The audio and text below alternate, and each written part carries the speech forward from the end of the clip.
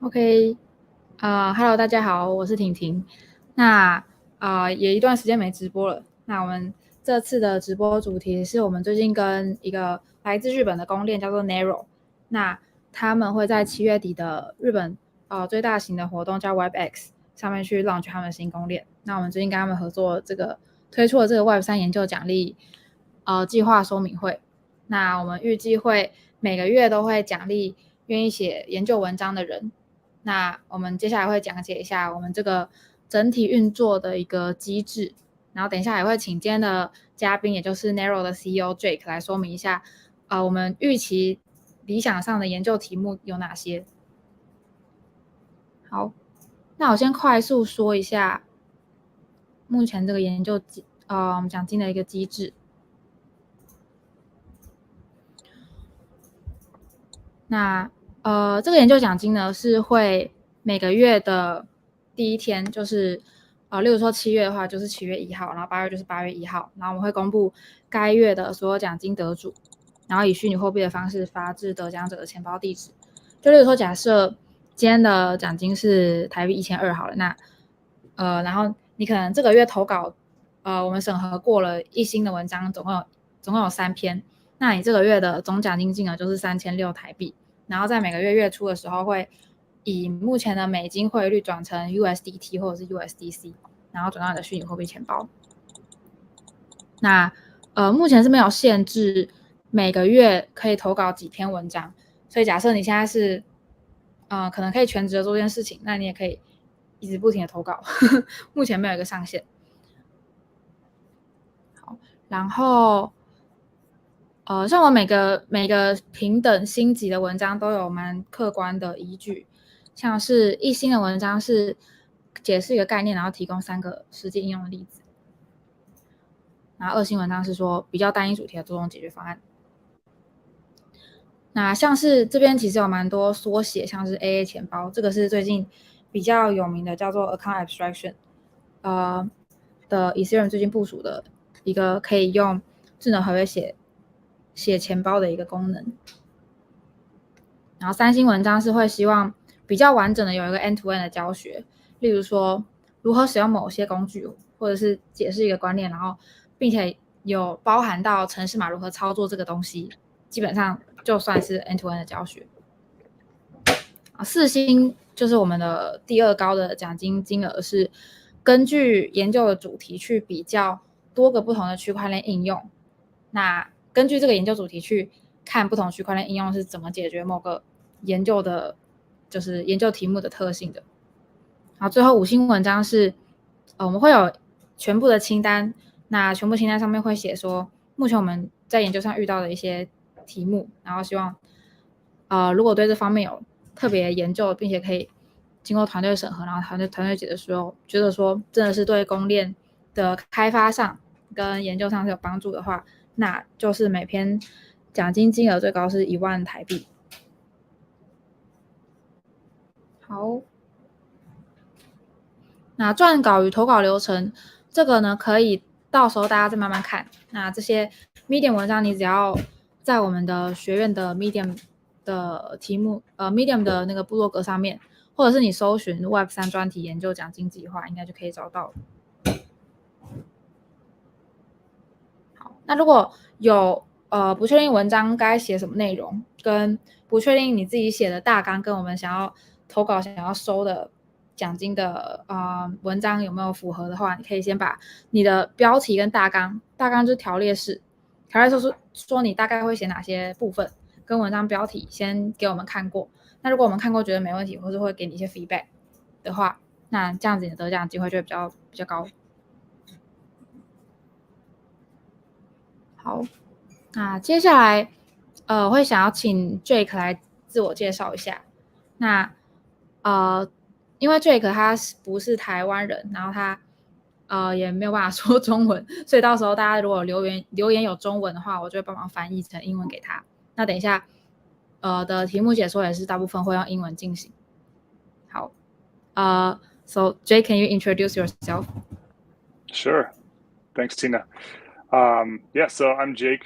I'm the CEO of Nero, and I'm here to speak to you a little bit about the concept and what we're so excited about for the future of blockchains, specifically making them much more user-friendly and fair for their architecture. So I'm going to share my screen.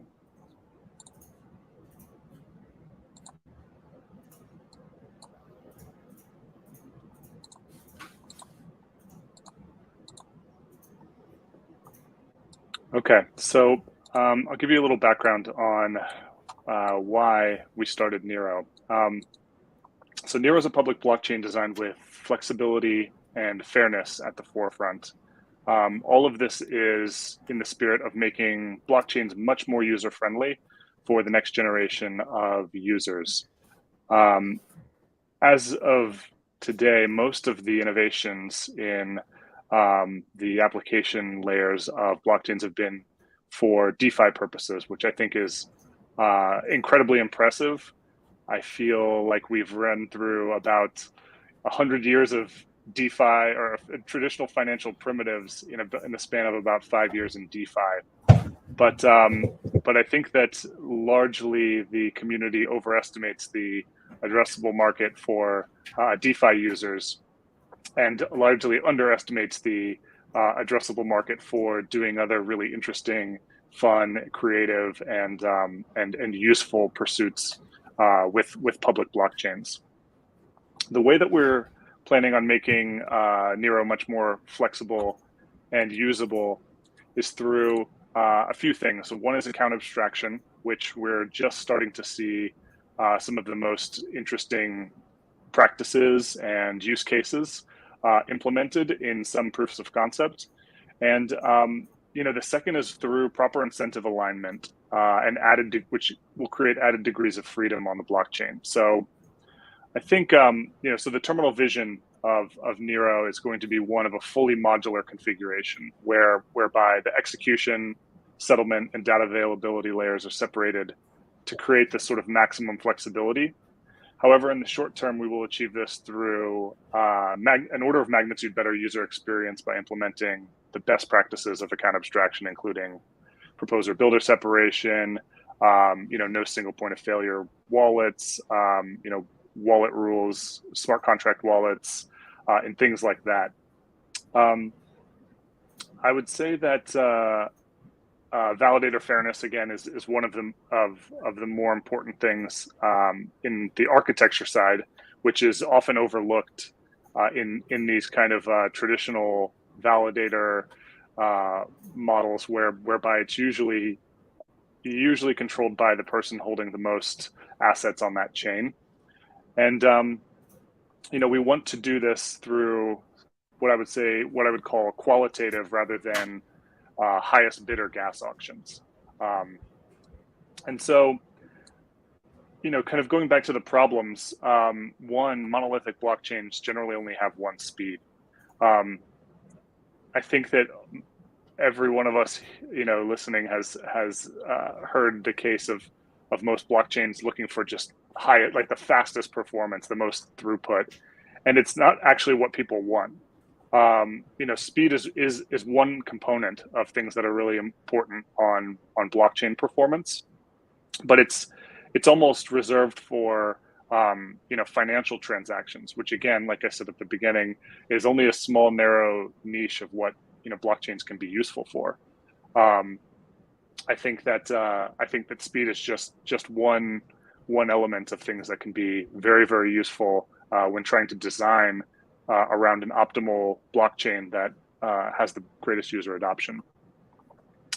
Safety and user experience. This is, I think, maybe more important even than the modularity component of the future of blockchains, rather than the monolithic component right now. Is safety and user experience is just a nightmare. If we're expecting, our elder friends and family to adopt blockchains, and they can lose all and put a significant amount of their assets or net worth on the blockchain into sort of digital assets, and there's a single point of failure whereby they can lose all of them by losing a seed phrase or getting compromised through some kind of phishing exploit, then it's sort of just a non-starter, right? I think that will continue to be the one of the greatest friction points in all of Web3 adoption is this element of a single point of failure will just hold so many people out. And third, one of the biggest problems that I've witnessed, and I think that you would all agree, is the lack of organic demand for project tokens. So I think this is just it's a byproduct of expecting of a lot of the practitioners in blockchains and in coding to wear too many hats at once. And it's very hard to model out some of the economic projections and tokenomic projections of these tokens that get launched alongside of maybe really interesting protocols or applications without kind of a real sticky organic demand for those tokens. So the kind of path of least resistance becomes that these tokens just have a speculative use case. And when there's not a ton of liquidity and it's just a speculative use case, you get a ton of volatility, obviously. And as we've seen with 99% of token launches out there, even for really, really exciting underlying technologies, those token projects have converged to zero given the lack of demand. This is a major problem that we want to solve through the incentive mechanisms on Nero. Yeah, I can also add. Yeah. I can also add a bit. So to summarize that, like Nero is a new public chain that's trying to solve the current problems of other public L1 chains. So the reason why we started this research grant program is kind of to call for researchers, especially researchers that are interested in contributing to an entirely new L1 chain design mechanism, or like, for example, how validators should work. And we think that if that we can gather a small Web3 researcher community, then we can build better products. Yeah, absolutely. Thank you. Thanks. There's maybe a million. We have to speed up a little bit. Okay, sure. Yeah, there's a million different ways that we could travel down the discussion-wise. But I think by and large, the future of blockchains is going to be modular, and I think that the future of blockchains is going to have a lot of account abstraction implementations. And this year, we've only started to see EIP 4337 start to scratch the surface. Some other protocols out there have been around for a few years, Radix, Blockto, things like that, doing some interesting stuff in the space. But I think that we have the opportunity right now to build a public chain that will match the incentives at both the validator level and the execution layer.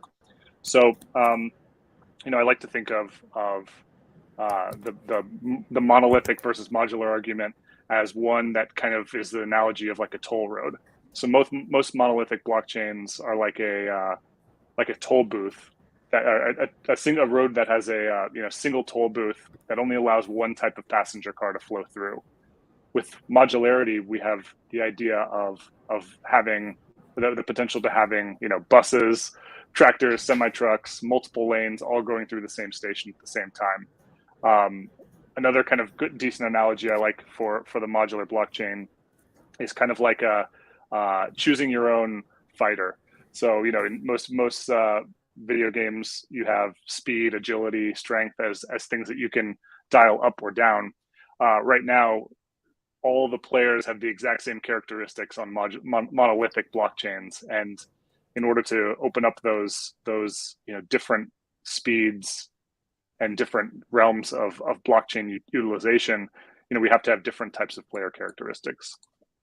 I'll briefly go through the rest of this presentation, but that's kind of the high level highlight. We covered most of this so far. Not all. I think one important thing that I didn't touch on is not all transactions are created equal, but right now they're treated as such. They're all treated like this same exact model of car trying to go through the same exact toll booth on monolithic chains. For instance, a DeFi loan, a high value DeFi loan has very, very different priorities and very, very different characteristics than a free NFT mint, but they both compete for the same block space right now. If we could add more context and more options for how transactions could compete for block space, you'll end up with much more satisfied blockchain users, many more transactions, and many more people using your blockchain because of the fact that there's a much more satisfying experience.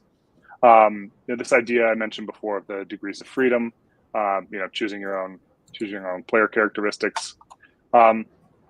These I spoke to a little bit: phishing, single point of failure, technical barriers to entry. These are all things that we want to touch on and improve with Nero's implementation of account abstraction.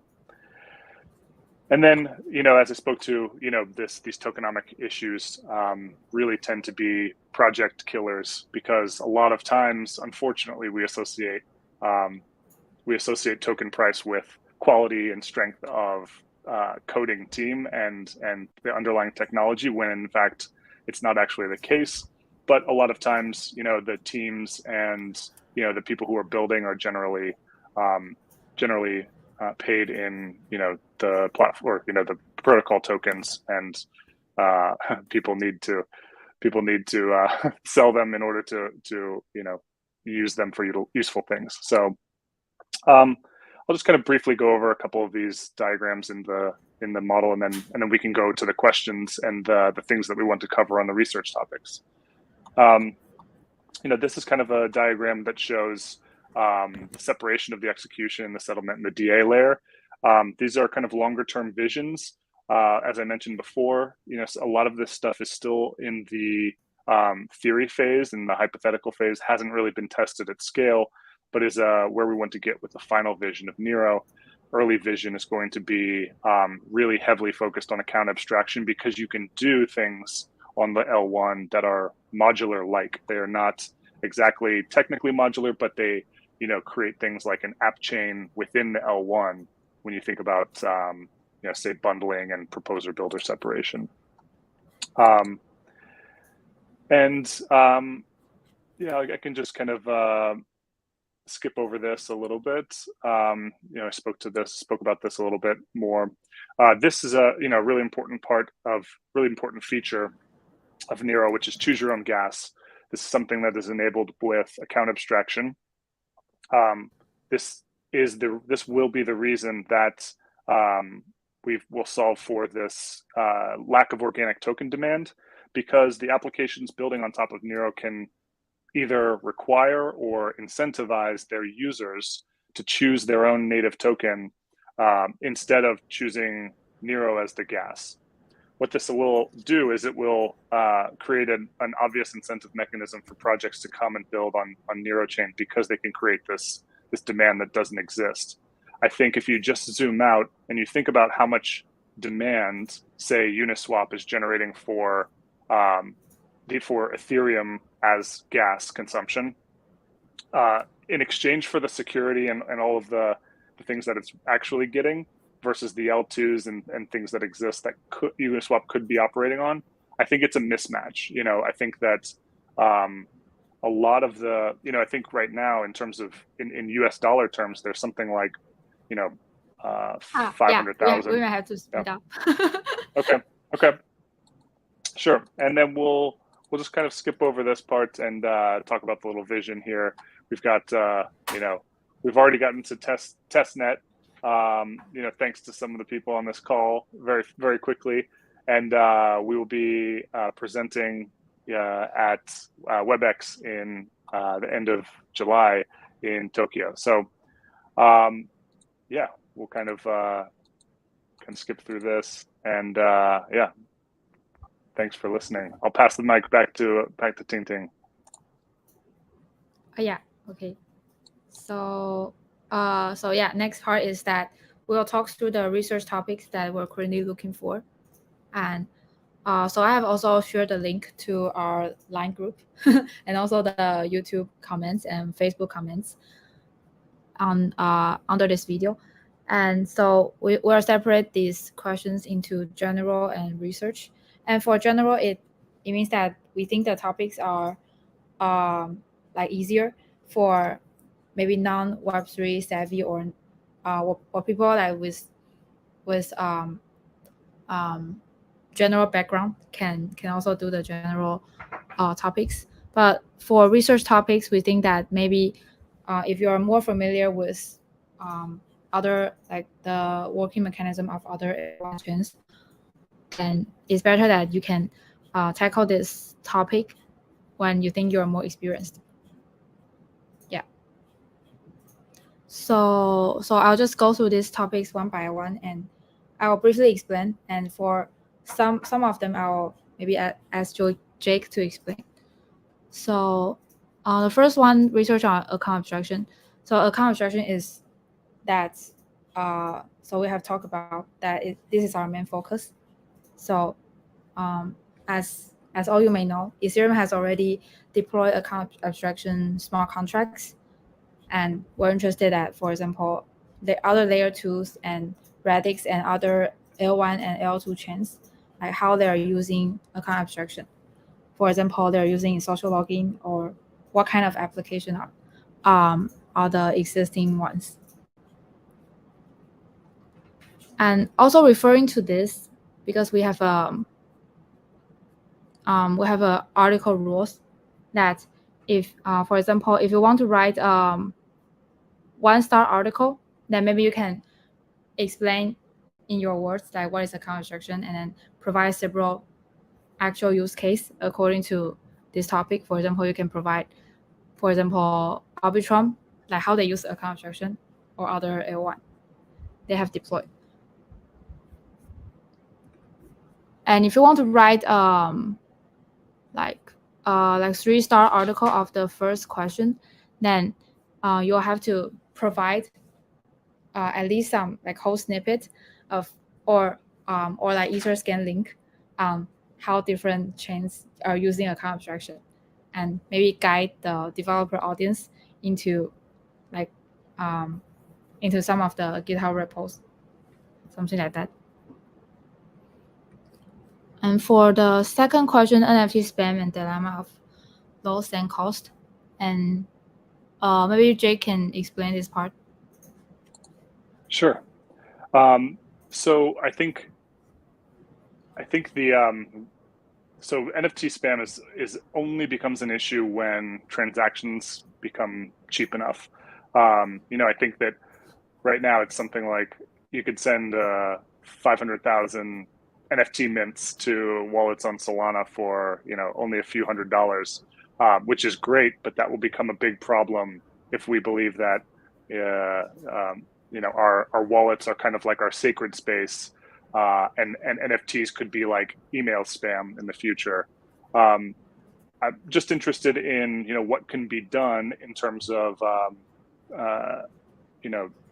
contracts, in terms of sending, approving receipts, and things like that, for preventing NFT spam or kind of messaging spam in the future. Will it mean a new type of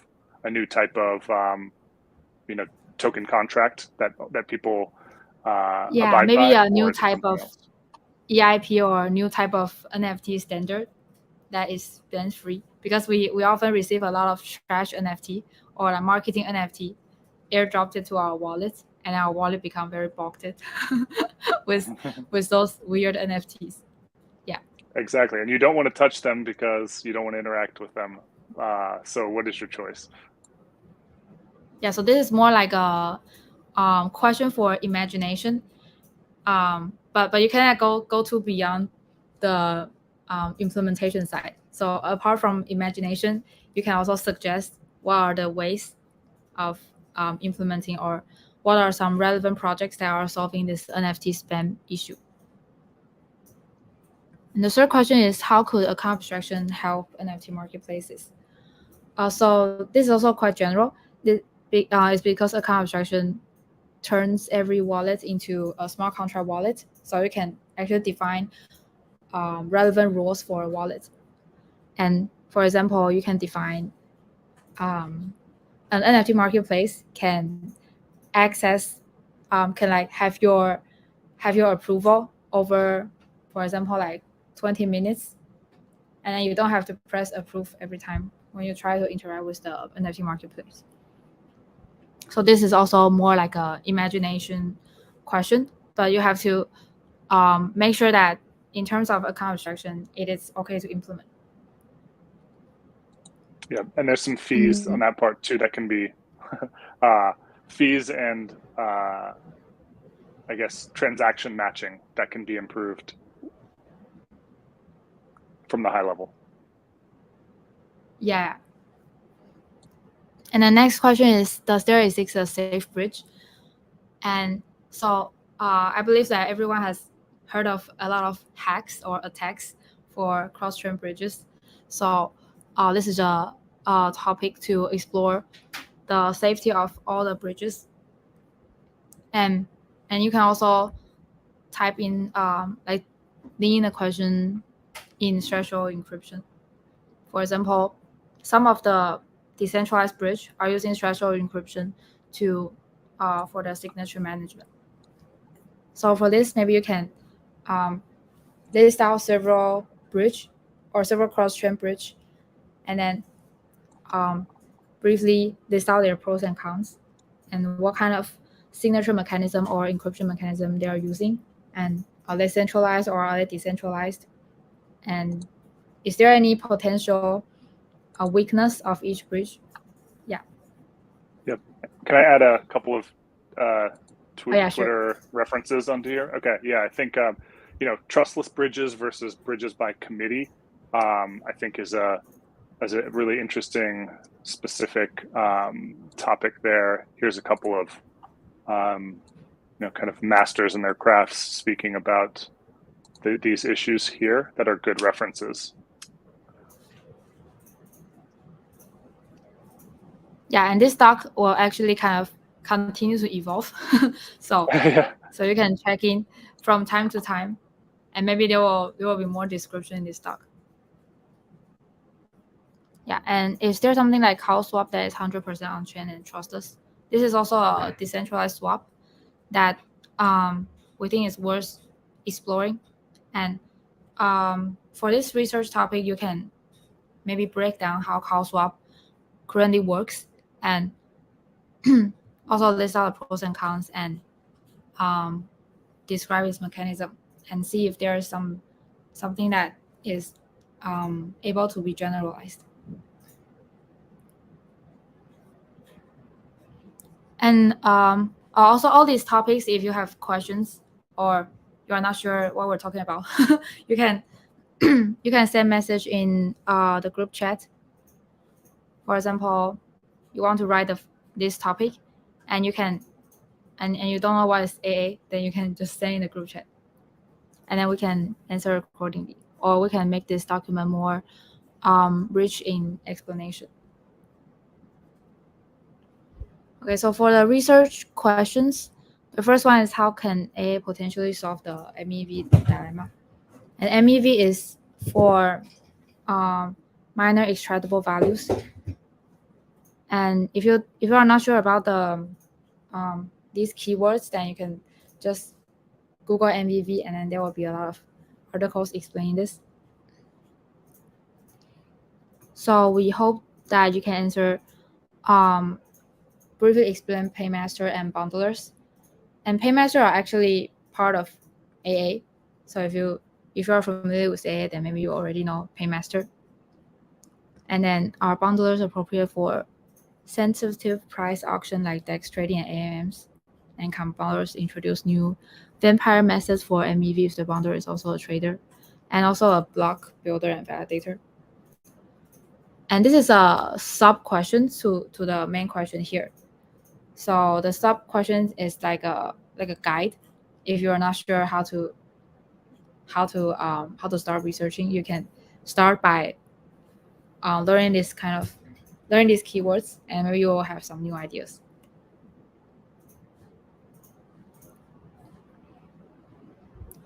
Next question is, how could applications also run validators of high gas costs without sacrificing significant performance? Maybe Jake, can you explain this? Sure. This actually, if we want, I think it's okay if we want to. This one might be just too specific. If we want to just remove this from the running, I think unless you want to keep it there. The idea was, running applications, running validators. The point of this question was to speak to bundlers and how proposer builder separation works.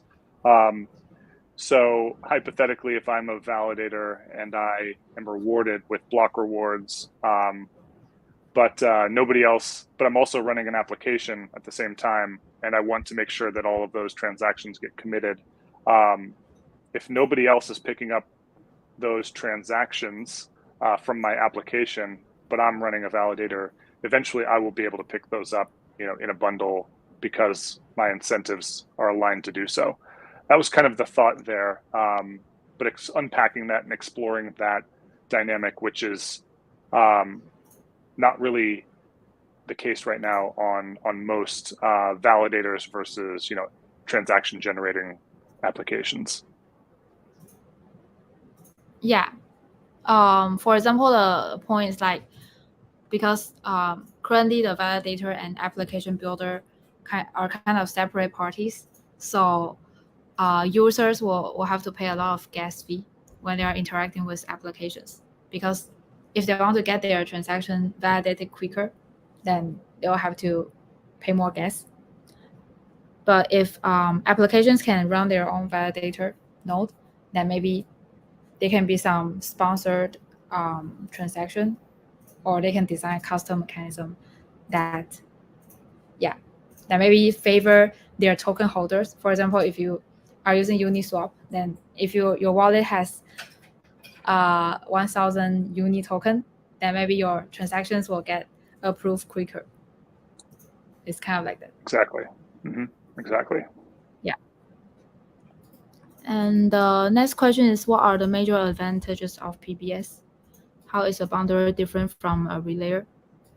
These are also more like an explanation question. So if you want to tap into this topic, then you can research on PBS, and then this is proposer builder separation. And then maybe you can compare different public blockchains on how they solve PBS currently. Hint, it's not often very solved yet. A lot of it's theoretical. Oh yeah, actually this has not been solved by Ethereum Foundation yet. So it's kind of very, very open research topic right now. Yeah. Alchemy has really good resources on PBS. Yeah, I actually already shared in the group chat. Okay. I can also great. provide a link here. Yeah. Okay. And next topic is that what are the sequencers and how do they apply to AI implementations with bundlers? So sequencers are also part of the bundler mechanism. So if you're not familiar with sequencer, maybe you should search sequencers and bundlers, these keywords. And how efficient can gas get with AI multicalls? And what if different gas is involved with with each function call? How is the mismatch reconciled? And for this, you can refer to the if there are Twitter links below, then it means that reading this Twitter link will help you understand this research topic. Maybe Jake can also add to this.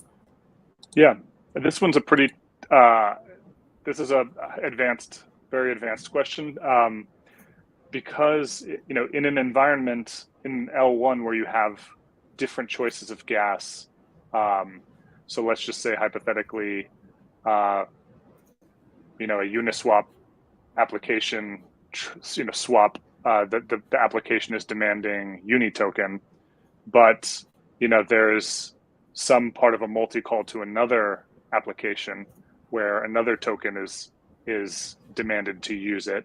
How does that transaction, that multi-call, how could it possibly handle multiple different types of gas, and how would maybe a bundler or block producer commit two different types of gas to a transaction, or to a block? So it's a little bit more of an advanced question, and some of it's still in the theoretical stages, but I think it's going to be really important in the future. So chains will start to go towards this model, and we will need to fully understand how multi-calls with different types of gas will work. Yeah. So for this, maybe you can give a few. The writers can give a few more examples on how the current solution works, and can also have some imagination. Yeah, and the next question is about gas auctions. So this is also a keyword that if you're not familiar with it, you can search about it, and how block space is awarded to the highest bidder. So this is related to when you submit a transaction, and usually will put a certain amount of fee so that the miner will process your transaction quicker. Then it is kind of called the highest bidder mechanism.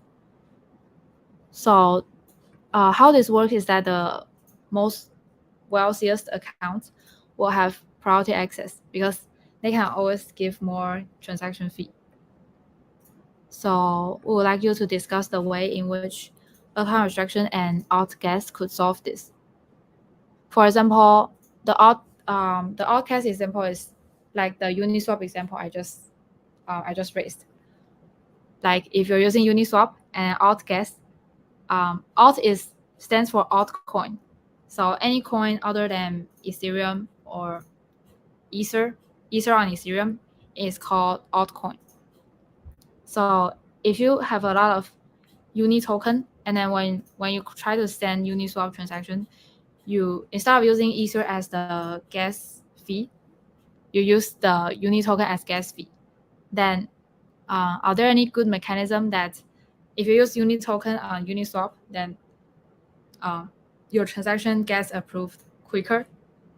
And you can discuss which architecture for a validator is better for this kind of use case. Next topic is state bloat. This is also a more advanced research topic, and discuss issues that protocols have seen in this field. This is a bigger or lesser problem with AA and PBS, and why. Oh, Jake, can you add to this? Yeah, I think I think state is just one of the most important sort of concepts in maintaining a blockchain's integrity. And so as things get more complex and transactions get more complex and the functions get more complex, you can run into these issues of state bloat. Does the complexity that's brought on by new functions of account abstraction and separating the block proposer from the block builder increase the load that validators have to bear in the state, or decrease? Yeah, and if you're not familiar with this is also a keyword. So you can search for state bloat and maybe type Web3 keyword. Then you can see a lot of relevant discussion threads and discussion articles. And our rule is that as long as you are not directly copying a certain blogger or a certain article that already exists, and if you are comparing multiple articles, or after you read all the articles and you give a brief summarization and provide all the reference links, then it's okay as well. So although this may look a bit a bit too difficult for most people, I think, but that's okay. Yeah, it's not. It's not a choose your from own 0 adventure. to 1. Yeah. Choose your own adventure. I think, and also just to add, you know, and you mentioned this in the write-up already, but diagrams are a great way of explaining competence. You know, in the era of ChatGPT has done a really good job of making you believe like the BS that it's generating, and so it cannot do complex diagrams yet. So one way of proving that, you know, your competence and your comprehension of the concepts outlined is strong is by, you know, just drawing the way that the solutions work, or drawing the way that the logic works. So visuals appreciated. For example, for example, if you see a like very, very long article, then maybe you can grab some of the ideas you think that is most important, or you can draw the mechanism out. For example, there are 3 parties interacting with this mechanism, and then how they will work together. So it doesn't have to be like a brand new innovation. That would be like too difficult, even if you're a Ethereum researcher, because they also haven't solved this kind of problem. But it can be a summarization or like an explanation for general audience. Okay, and a lot of times, question, the best problems. Sorry, Tina. The best problems get solved when you kind of think about problems with the what they call like beginner brain. So a lot of times you have to back up and challenge your understanding, even as an expert, to solve a problem that hasn't been solved before. So thinking about these problems is I don't think it's outside of anyone's capability to solve any of these things too. So yeah. And next one is, if PBS works as expected, does IBC become obsolete since AppChain can exist internally on the L1?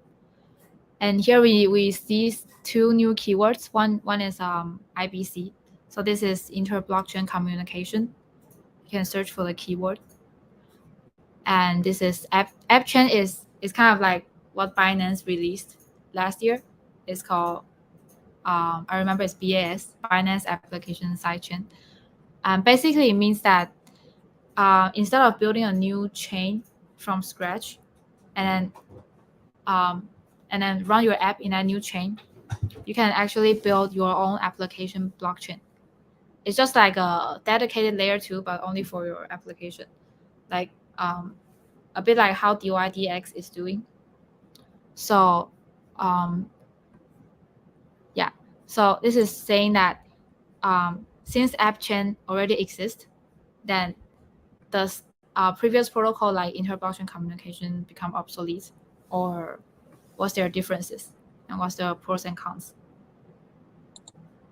Yeah, I just want to add one thing that, you know, I love the way that IBC has solved a lot of, or I guess some of the unique features of IBC. So I don't want to, it's not a disparaging question, but you know, the idea of app chains, like Ting Ting said, allows for you to build an application-specific blockchain without having to build the entire consensus and settlement side yourself. You can just build in the application environment and choose your own rules, you know, choose your fighter, choose your speed, you know, choose your security, and does this idea of proposer builder separation, where an application can potentially, you know, submit bundles or, you know, incentivize people to pick up bundles of transactions. The way I like to think of bundles is kind of like a, you know, separate mempool, right? And if you have a separate mempool, that's almost like a,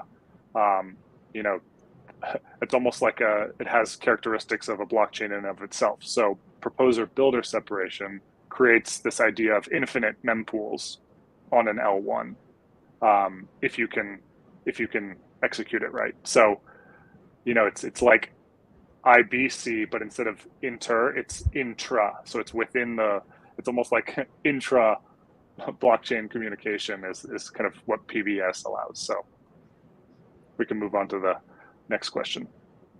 Oh, okay. Also, the next question is what are the best bundler example and implementations and why? So this is also like we have raised bundler a lot because currently we want to find more like a better bundler solution. So the next following up question is by economies bundlers to this dashboard for the latest entry point.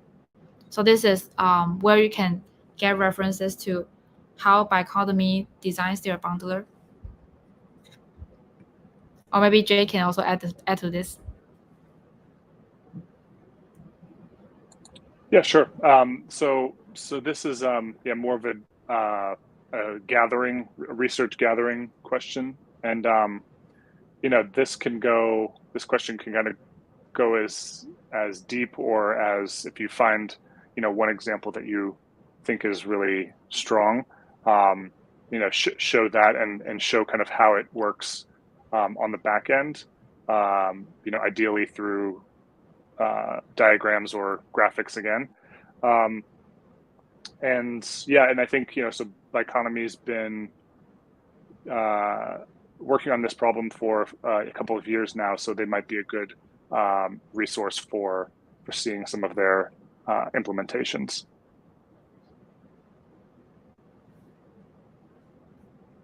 But yeah, I'm also curious, is there any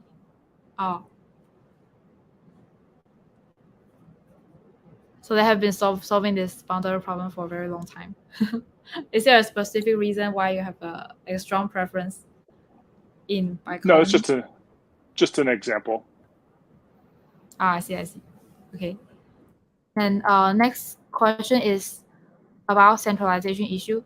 So this is saying that how many validators control Ethereum, practically speaking.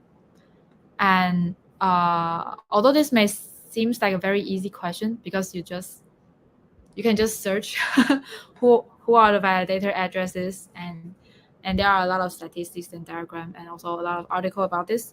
But what we want to see is that because there may exist a scenario where one person controls a lot of validator keys. So for this question, we want the writers to kind of look into each validator and then maybe find some correlation between the validators, and kind of give it a guess, like how many validators are controlled by one person or one organization, that in your opinion, and then list out the breakdowns of your your logic.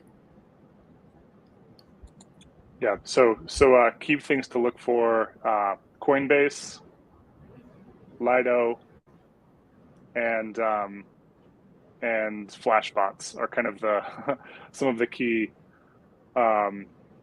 places to look for that answer. So yeah, this is sort of an open-ended question. You can answer it however you want. There's no right answer. It's sort of a I guess a game theoretic question. So maybe another supplement to this question would be,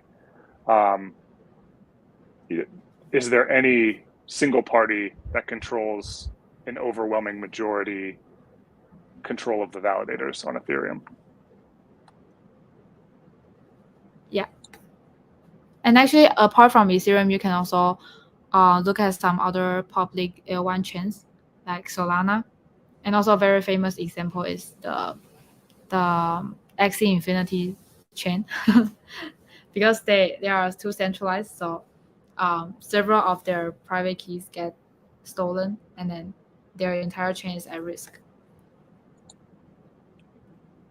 Right, and you can also look at Polygon and how many sequencers and signers there are. There's some public criticism out there about how many signers there are for their multi-sig. Yeah, maybe I can add signers here. And just I'm glad you mentioned Axie Infinity because it kind of goes back to one of my favorite arguments about modular blockchains is because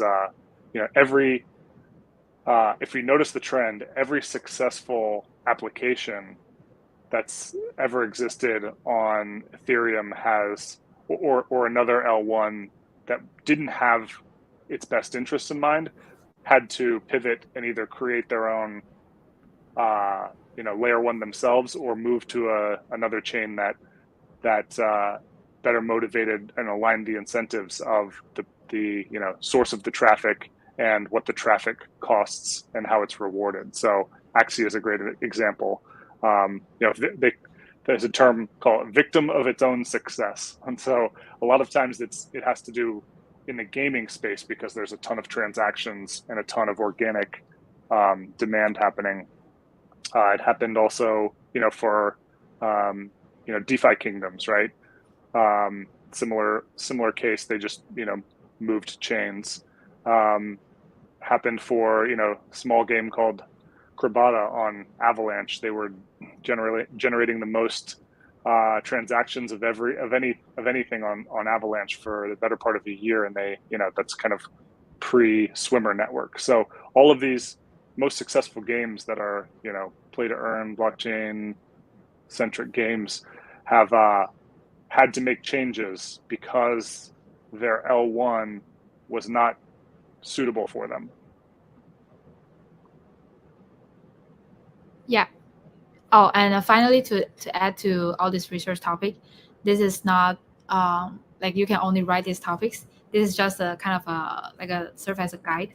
So if, for example, you have some very good idea about account abstraction, utilization, or you have very good idea about how to solve the MEV dilemma, then you can also propose to us that the topics you want to write that is a bit relevant to what we're discussing over here. For example, maybe after you research on PBS, the proposal builder separation, then you have a new idea on what will be a good mechanism, then you can also propose.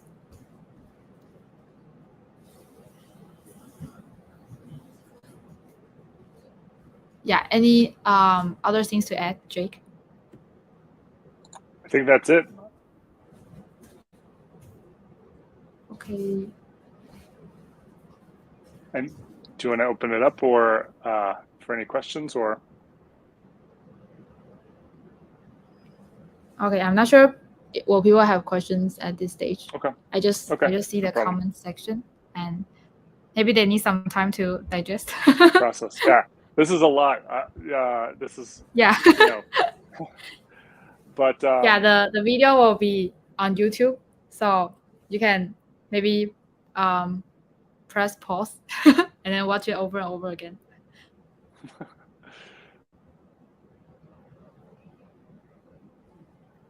Yeah, and we'll also continue add some descriptions on this document as well. So if you have any questions, you can always message us on the group.